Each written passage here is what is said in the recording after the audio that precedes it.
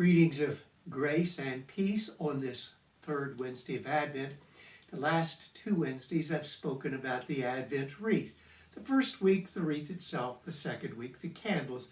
I want to clarify for you, in case you watched Sunday's video, I really do know the names of the candles. Peace, hope, third candle, joy, the pink one, joy. Next Sunday, this coming Sunday, we'll light the fourth candle of love.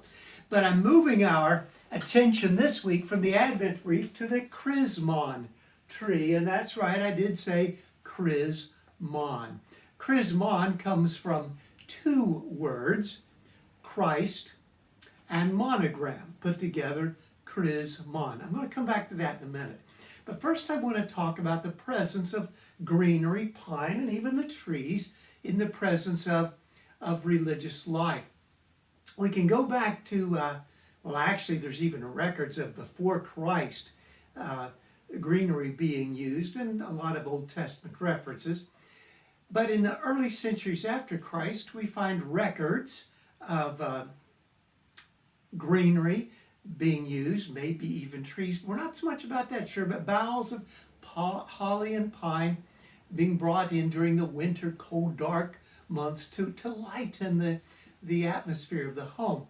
It probably came from the Roman influence because in Rome this was being done as part of the winter solstice celebration. The festival of Saturnalia, it was a tribute to the god of Saturn. That's what the winter solstice was all about, and probably why Christmas was moved to December 25th to try to overemphasize, compensate for that.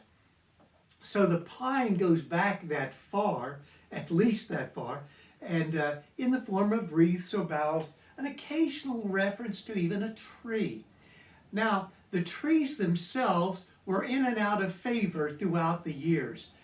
They kind of waxed and waned in whether it was a good thing or whether it was a bad thing, whether it was a religious thing, whether it was a pagan thing. But obviously it held on and won its place. The first record we have, I'm not saying it was the first time, but the first record we have was Martin Luther. First record of lights on a tree was Martin Luther. He didn't plug them in, he wired candles to a tree and said the tree in its triangular fashion represented the Trinity. The green was the everlasting life of Christ. The lights were the light of Christ. The tree pointed to heaven, and so forth. So it began to stick, and obviously stick it did. The Lutherans, Martin Luther was a Lutheran, he was the Lutheran. So the Lutherans were the ones who really drove that forward, but it made its way into the life of the Episcopal, the Catholic, the United Methodist, the Presbyterian Church, and others. And so it did. But in this country, the first record we have of a tree making its way into a church sanctuary was in 1851. A Lutheran pastor, Henry Schwann, brought a tree into his sanctuary in Cleveland, Ohio. Now, all right, we all know about trees now and about Christmas, but I said Chrismon, right? Christ and monogram. That word Chrismon comes from the old Latin Christe monogramma. It was meant monogram of Christ. Some of those early monograms might have been, well, the cross, right? The sign of the cross was very prevalent in the early centuries. Or the fish that was used. How about a cross or even a chalice? So those were monograms. Christe monogramma, monograms of Christ, Chrismons. 1957 in this country, it was a Lutheran again, Francis Spencer decided wouldn't it be nice to decorate a tree in the church with Chrismons, monograms of Christ. And so she began that custom. It caught on very quickly. On this 3-foot Chrismon tree, which has been in my study of my church offices for years, now in my study, there are different Chrismon ornaments. They were needlepoint stitched for me by a parishioner of mine, 10, 12 years ago in Parkersburg, West Virginia.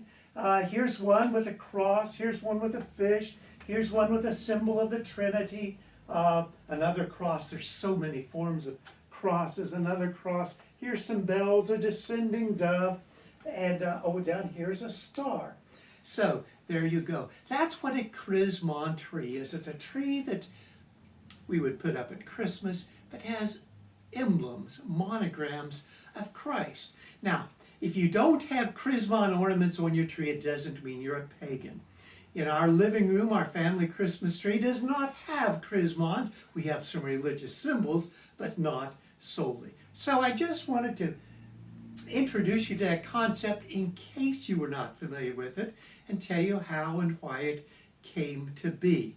Again, I want to emphasize, if you don't have Chrismons, it doesn't mean that you're a pagan. It just means, or at least these just mean, that we recognize Christmas is more about than Santa Claus sleigh rides and chestnuts roasting on an open fire. And here we are, Advent, preparing for Christmas. Advent wreath, Chrismon tree. We'll talk about something else next week. But until then, I hope to see you Sunday. Good night.